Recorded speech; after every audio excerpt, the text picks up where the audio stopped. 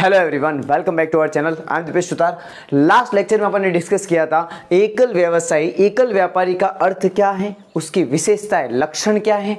आज के लेक्चर में हम डिस्कस करने वाले हैं एकल व्यापारी को कौन कौन से फायदे होते हैं और कौन कौन से उसके नुकसान झेलने पड़ते हैं। कि अगर आप एक एकल व्यापारी, सोल प्रोप्राइटरशिप बनते हो, खुद का बिजनेस शुरू करते हो अकेले खुद के दम पर, तो आपको कौन कौन से चैलेंजेस को सहन करना पड़ेगा, उनको डील करना पड़ेगा, कौन से चैलेंजेस को आपको फेस करना पड़ेगा और आपको कौन से फायदे होने वाले हैं, उनके बारे में हम डिस्कस करने वाले हैं। तो सबसे पहले बात करेंगे फायदों के बारे में, गुण के बारे में बात करेंगे, लाभ के बारे में बात करेंगे। तो चलिए, यहां पर ये मिस्टर कौन है? ये मिस्टर है पिंटू। कौन है? मिस्टर पिंटू। अब ये एकल व्यापारी, बिजनेस शुरू कर लिया अपन ने। इसने कौन सा बिजनेस शुरू कर लिया? इसने कोई भी एक बिजनेस शुरू कर लिया, XYZ। आप माना कि ऐसा मान लो इसने कोचिंग का इंस्टीट्यूट खोल दिया। क्या कर दिया? कोचिंग इंस्टीट्यूट खोल दिया है, जहां पर ये क्या करता है? जहां पर ये अकाउंट्स पढ़ाता है। क्या पढ़ाता है? वहां पर ये अकाउंट्स पढ़ाता है। अब वहां पर क्या होगा? ध्यान देना, ये लेखा शास्त्र पढ़ाता है। इसको फायदे क्या होने वाले वो देखना। सबसे पहली बात, शीघ्र निर्णय। क्या? शीघ्र निर्णय, मतलब कोई भी डिसीजन लेना है तो ये जल्दी डिसीजन ले सकता है। क्यों? क्योंकि इसके पास कोई दूसरा बंदा है नहीं जो इसको बोलेगा नहीं यार ऐसे नहीं, ऐसे भी हो सकता है, ये काम तो हम ऐसे भी कर सकते हैं यार, यहाँ से नहीं, या फिर बच्चों को मार्केटिंग करने का तरीका ये होना चाहिए। नहीं, यहाँ पर कोई दूसरा इसको सलाह देने वाला है ही नहीं। तो सारे निर्णय किसको लेने? इसी को, खुद को, इसको सारे डिसीजन लेने हैं। इसलिए जो भी डिसीजन लेंगे, लिए जाएंगे, वो कैसे होंगे? फास्ट डिसीजन होंगे, क्विक डिसीजन होंगे। दूसरा फायदा क्या है? सूचना की गोपनीयता। देखो ध्यान रखना, सूचना की गोपनीयता। अगर आप कंपनी हो, अगर आप पार्टनरशिप फर्म हो, तो ऐसा अपने इंडिया के अंदर और पूरे वर्ल्ड के अंदर ऐसे लॉज है, कानून है, जिसके अंतर्गत क्या होता है, कंपनी को अपने जो डॉक्यूमेंट्स होते हैं, फाइनेंशियल स्टेटमेंट्स होते हैं, वो पब्लिक को शो करने पड़ते हैं। यहाँ पर लेकिन क्या होता है, इतनी यहाँ पर जो आप कह सकते हो बाइंडिंग्स होती है, वो सोल प्रोप्राइटरशिप के ऊपर इतनी नहीं होती है। तो वो अपनी इंफॉर्मेशन को क्या कर सकता है? सीक्रेट रख सकता है। और भी आप ऐसे मान सकते हो कि जो उसके बिजनेस के जो सीक्रेट्स है वो भी क्या रहते हैं, उसको खुद तक ही रहते हैं। मान लो वो अकाउंट्स पढ़ाता है तो उसके पास कुछ फॉर्मूलाज है, कुछ ट्रिक्स है, कुछ टेक्निक्स है। वरना मान लो उसके साथ कोई दूसरा होता तो वो उससे सारा ज्ञान सीख कर खुद का भी तो कोचिंग इंस्टीट्यूट खोल सकता था ना। तो इस प्रकार से कह सकते हैं कि जो सूचना की गोपनीयता होती है वो सबसे ज्यादा किसमें होती है? एकल व्यवसाय में। ये ध्यान रखना।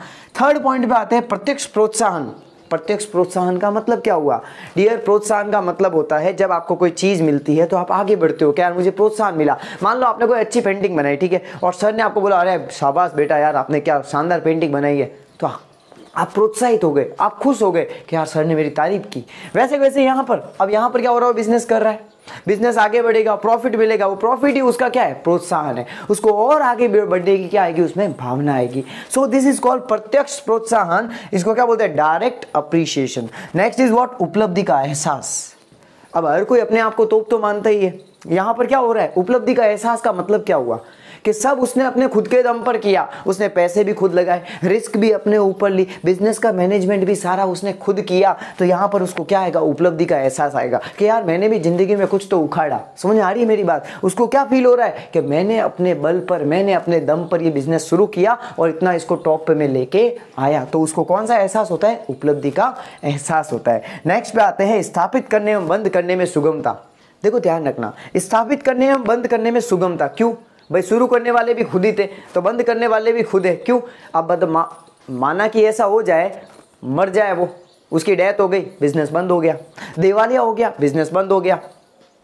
और आप एग्जांपल ले लो, उसका बिजनेस लॉस में चला गया, बिजनेस बंद हो गया। मतलब 100 तरीके हैं उसके बिजनेस बंद होने के और शुरू करने के भी 100 तरीके हैं। कहीं पर भी एक छोटी सी दुकान खोल दी और ये हो गया शुरू। तो यहाँ पर क्या हो रहा है? शुरू करना और बंद करना दोनों में क्या है? इजीनेस है। क्या है? सुगमता है। क्या है? सुगमता। मतलब आपको ज्यादा यहाँ पर बेजामारी करने की जरूरत नहीं है। देसी भाषा में समझाओ तो मतलब आपको ज्यादा लीगल फॉर्मेलिटीज करने की जरूरत नहीं है। बिजनेस आपके अगर चल गया तो ठीक, नहीं चला तो बात खत्म।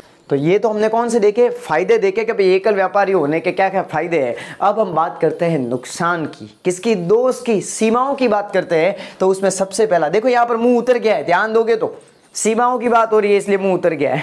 पहला क्या है? सीमित संसाधन।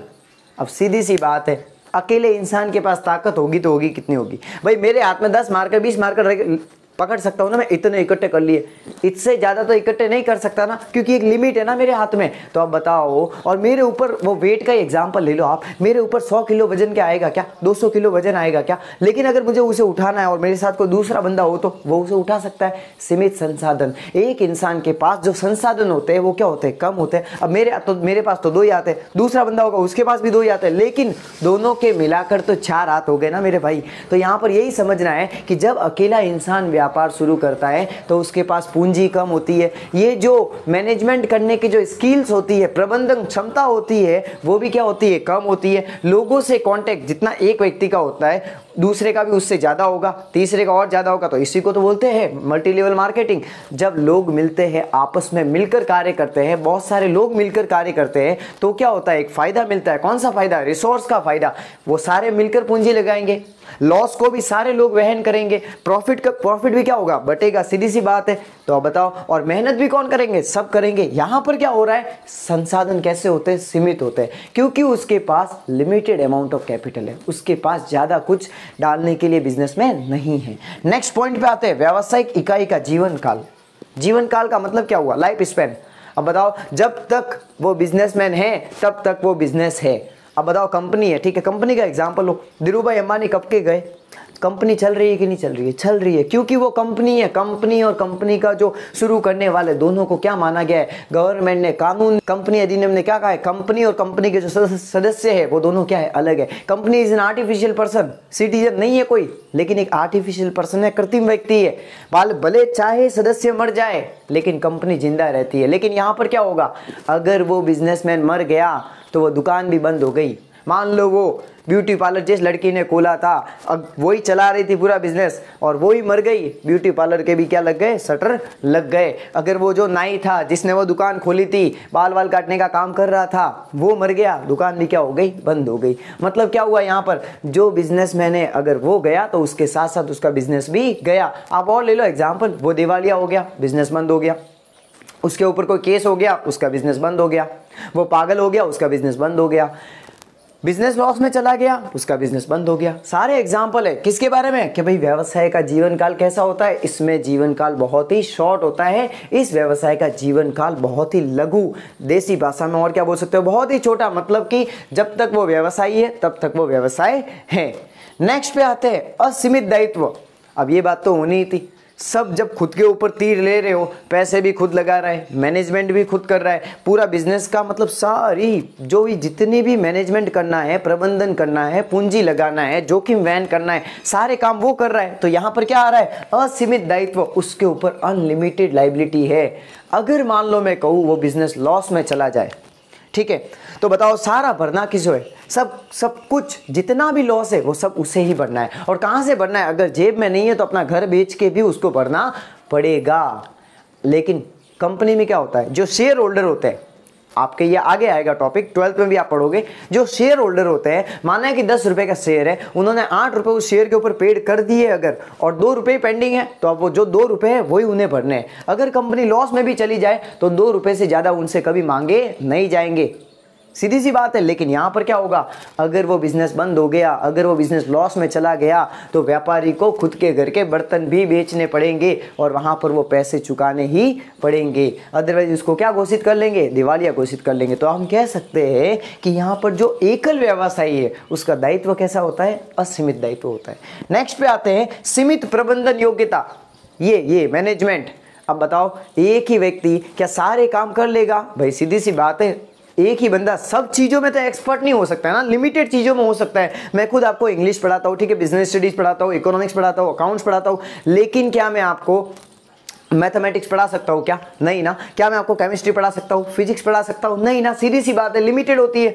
अब भाई क्योंकि अपने को कॉमर्स अपना फील्ड है तो उसमें पढ़ा सकते हैं। तो अब बताओ, जो बिजनेसमैन है क्या वो फाइनेंस का भी देखेगा, ठीक है, मार्केटिंग का भी देखेगा, बाहर का प्रोक्यूरमेंट, माल कहाँ से लाना है, माल कैसे बेचना है, टर्म्स एंड कंडीशन क्या रखनी है, ग्राहकों के साथ मैनेजमेंट कैसे करना है, ग्राहकों से डील कैसे करना है, सारे काम उसी को करने हैं। तो यहाँ पर बताओ, क्या इतनी क्षमता सारी एक ही व्यक्ति में हो सकती है? रेयर केस में होता है, होती भी है, लेकिन हर एक केस में तो आप नहीं मान सकते ना कि जनरली ऐसा हर एक में होता है। तो वही बात यहाँ पर कही जा रही है कि जो एकल व्यवसायी होता है उसकी जो प्रबंधन क्षमता होती है वो क्या हो जाती है, लिमिटेड हो जाती है, उसकी प्रबंधन क्षमता में कमी होती है, क्योंकि एक से भले दो, दो से भले चार, सीधी सी बात है। जब चार लोग मिलकर कार्य करते हैं तो चार दिमाग काम कर रहे होते हैं, चार खोपड़ियां साथ में काम कर रही होती है। सो इन शॉर्ट आज अपन ने क्या देखा कि एकल व्यापारी जो होता है उस व्यवसाय को अगर आप करते हो तो आपको कौन से फायदे होते हैं और कौन से नुकसान हो सकते हैं उनके बारे में जाना, मतलब गुण और दोष, लाभ, सीमाएं, जो भी आप कहना चाहो। अगर आपको इसमें किसी भी पॉइंट में कोई डाउट है, एक भी पॉइंट में, एक भी हेडिंग में, तो आप मुझे कमेंट में जरूर बताना और इस वीडियो को अपने सभी फ्रेंड के साथ जरूर शेयर करना। ये वीडियो स्पेशली आरबीएससी वाले बच्चों के लिए बनाए गए हैं और ये सब Hindi medium plus English medium दोनों में मैं एक्सप्लेन कर रहा हूँ, तो ये सारे लेक्चर्स आपके लिए बहुत ही बेनिफिशियल है। और आपके पास कोई सुझाव है तो मुझे कॉमेंट सेक्शन में जरूर बताएं। अब मिलेंगे नेक्स्ट लेक्चर में, तब तक के लिए पढ़ते रहिए, स्वस्थ रहिए, मस्त रहिए। Thanks for watching. जय हिंद, वंदे मातरम।